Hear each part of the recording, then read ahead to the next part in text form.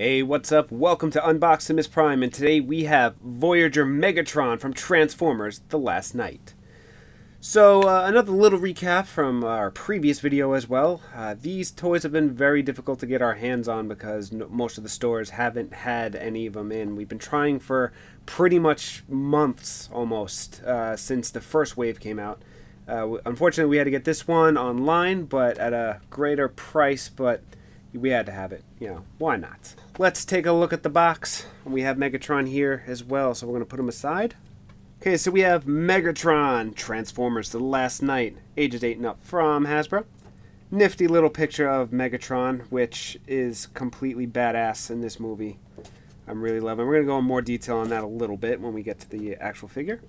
We have Transformers going up the side, Premier Edition. We also have some Transformer or Cybertronian hieroglyph on there as well. Nice little picture of Megatron on the side.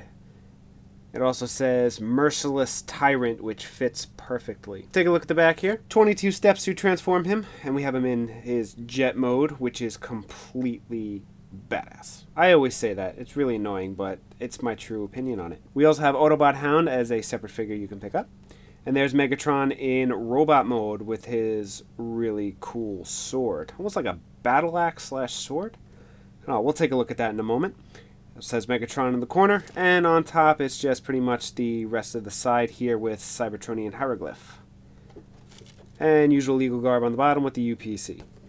So let's put the box aside and take a look at Megatron. Okay, so here we have Megatron in vehicle mode.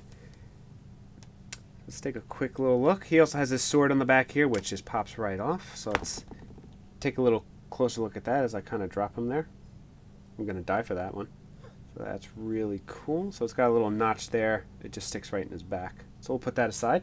So overall, this vehicle is insanely detailed, especially compared to the 4-step changer that we reviewed.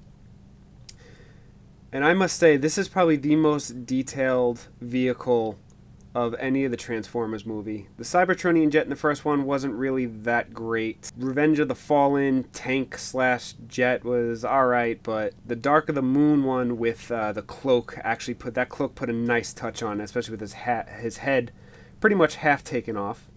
But this by far is the best, this jet. We get in a little closer here, we can see a lot of the detail. Nice gold going on here. There's actually a really nice mold going on in here. They almost look like pistons, actually, if you really take a close look at it. Right in there. There's also some red towards the cockpit, which is really nice. It's almost very transparent, too, so it kind of gives it a nice little glow. There's also some nice shine in the paint. There's actually little flakes in there. It's kind of hard to pick up on the camera, but it's definitely right here in the wing, mostly present. It's all over, but it really pops in the wing there. We can take a look at his butt. So, really nice. We have the jets here. We'll flip them over. Take a look at the top. And it's pretty much the same on the other side. Let's have little cannons on top up there. Take a little closer look at the cockpit real quick. There's actually some nice detail engraved in the mold in the front right up here. We take a look at the underside. Megatron is actually pretty well hidden in this figure. In this vehicle mode, rather. I mean, you can see different accents of him. If you don't think about it, he's not there. It's just a really nice detailed jet. This is probably like the best jet I've ever seen on an action figure at all. Take that, G.I. Joe. Let's get him into robot mode.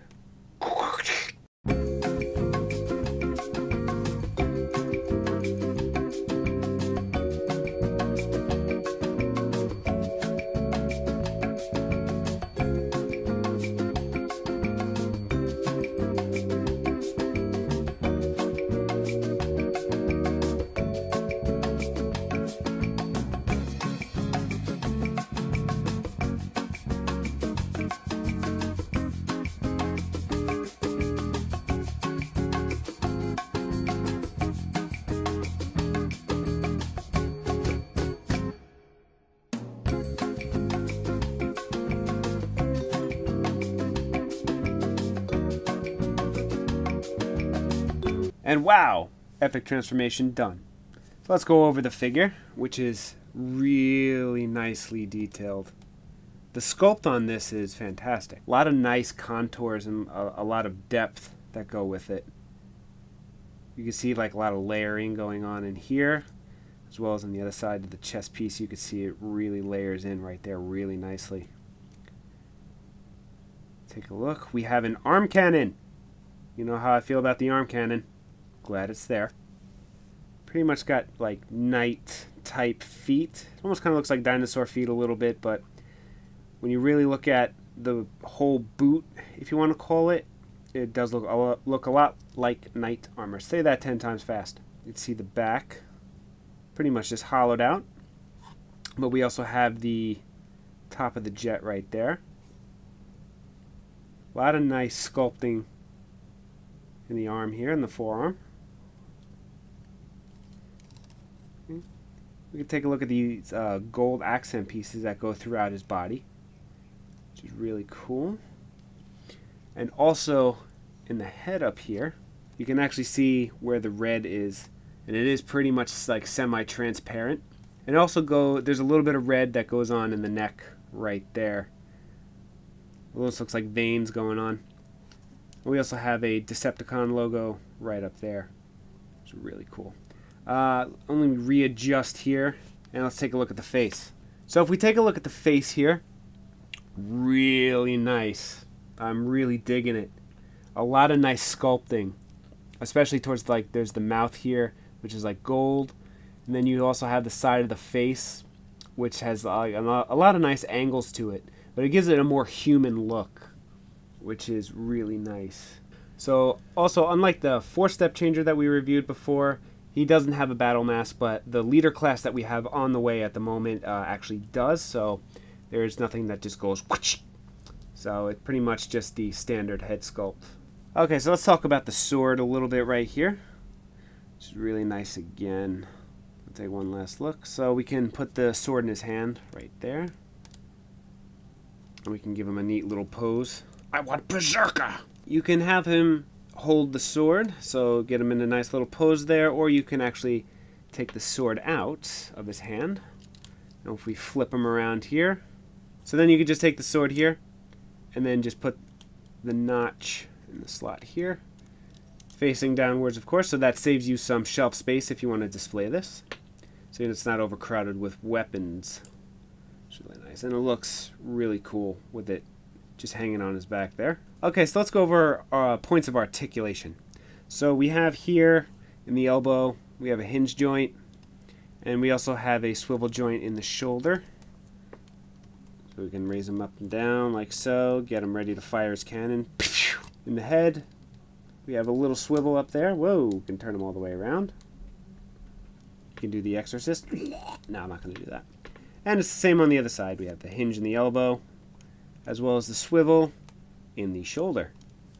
There really is no articulation that much in the legs, except for like the kneecaps here. They're on a hinge joint.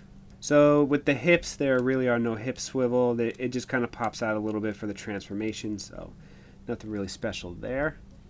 But I mean, overall, this figure is just really nice. This is probably the nicest Bay figure that they've come out with.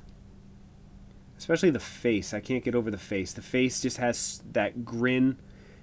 It almost kind of looks like an old man, but a really angry old man. Kind of. Not really, but sort of. You get the point. Shut up. So my overall final thoughts on this figure, besides the insane detail on it, wish we kind of saw more of Megatron in the movie. In a way, there has been rumor that there's been deleted scenes that have been cut from the movie, so we might see a little extra Megatron. It was really nice to hear Frank Welker back as the voice. He had a little more doom to his voice, a little more evil to the voice compared to the original G1, which was still really nice to hear. In comparison to the other Megatrons, this is probably definitely by far the best robotic Megatron I have seen. The Bay movie beginnings, the first 3, they were alright. Pretty much very angular, like I always keep mentioning, so there was really no depth, no actual emotion, if you want to say, no physical emotion. So this is definitely really nice, and I really don't want to get into Galvatron because no. And so this is by far probably the best Megatron we've seen yet. And once again, I always have to keep saying, Frank Welker is back. So that's always a plus. So that is the Voyager Megatron. If you guys like this video, give it a thumbs up. If you didn't like it, give it a thumbs down. Please rate, comment, and subscribe. We have a whole bunch more stuff on the way, and we're still acquiring some more stuff as these waves of toys seem to be coming out after the movie, which I think is not right. If you want to see something we might have in our collection, please let us know down below. And as always, we will see you in the next one.